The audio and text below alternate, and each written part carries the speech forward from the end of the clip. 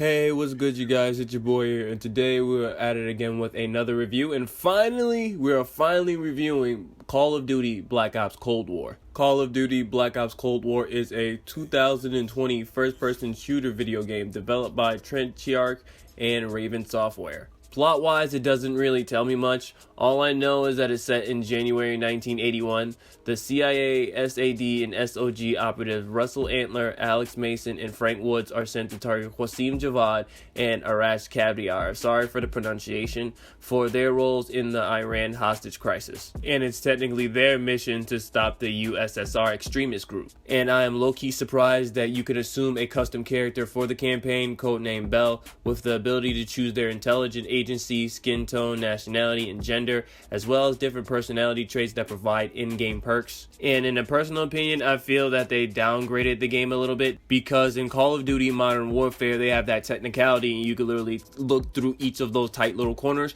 You can't really do that in this game. But other than that, the overall gameplay stayed the same. I didn't really notice anything different. I could understand that the overall feel of the game is completely different, but to me, in a personal preference, it's just the same. And the same thing goes with the multiplayer. Even though they added new features, most of the game modes has returned. You got your traditional 6v6 format as well as a larger 12v12 combat. So the game has introduced a new game mode called Fireteam, which can support up to 40 players, but I'm not really sure. I'm pretty sure that they added it on Modern Warfare. Just you guys let me know. But other than that, the create a class system from Modern Warfare has returned with two major differences: field upgrades and implemented as part of a class loadout, and each class has a wildcard choice out of 4 possible ones. And the gunsmith is also back as well, so you could customize and personalize your own weapon. And the same thing goes with the score streaks. The score streaks technically stayed the same as well, and I'm actually glad they didn't change this one, because looking at the score streaks back then and compared to now, it is way better. And also, just like Modern Warfare, Cold War also supports cross-platform play and cross-platform progression.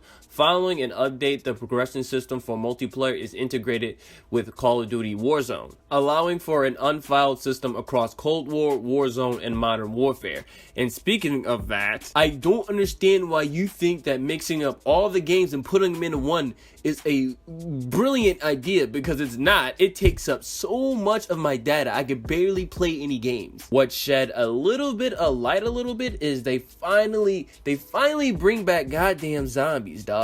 In the zombie mode, you are able to use any weapon to start a zombie match alongside the gunsmith, score streaks, and field upgrades. In addition to returning mechanics such as wall buys, the mystery box, pack-a-punch, and past fan favorite perks. Collectible intels are also scattered around the playable map, allowing you to keep track and unfold the main story as you progress. And a skill upgrade system is featured in this one, allowing you to enhance weapons, perks, ammo mods, and field upgrades with an iridium crystal, a currency acquired from reaching rounds milestones. And not too long ago, they added a new game mode named Onslaught, where you are able to defend areas grounded off by dark ether orbs, which must be powered by zombie kills. Sufficient kills will move the orb to new positions, forcing you to move or die outside of the orb's protection zone. And they also added another new mode named Outbreak. It's technically a large-scale mode where you are able to fight off hordes of zombies and complete objectives in an open world area. Graphically, the game looked amazing and it played flawlessly,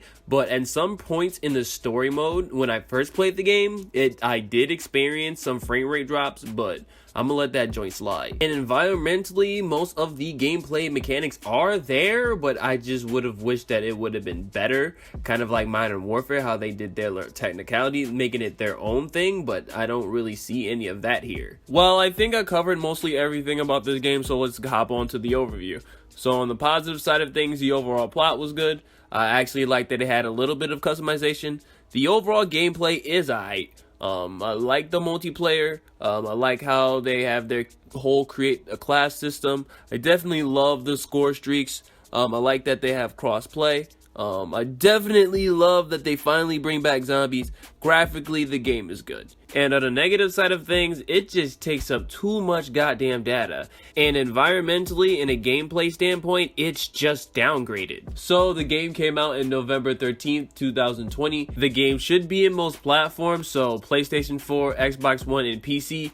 And it's also on the next gen consoles as well. If you get the game digitally, it should be about $59.99 in most platforms. If you get the game in the local store, it should be around that same price range. If you look somewhere else, it's like $47.99 to $49.99 depending on where you look. But anyways, is this game worth your money? Personally, to be honest, no. But yes, at the same time, because I definitely had fun playing this game. But I'm gonna repeat this, like I said before, I missed the whole technicality like Modern Warfare had. But I'm just gonna say that the game is aight. So with that being said, I highly advise you to either wait until the price drops or rent it. If you really want to get the game, you can get the game, but get the game at your own risk. So that is technically the review. If you like the review, please don't forget to like, comment, and subscribe to the channel if you haven't subscribed to the channel yet. I do reviews, videos, PvP matches, streams, and more. And if you haven't yet, please don't forget to follow me on my Facebook page and my Twitch account because I stream on those platforms as well. Everything should be in the description box below, and I'll catch you guys on the next review.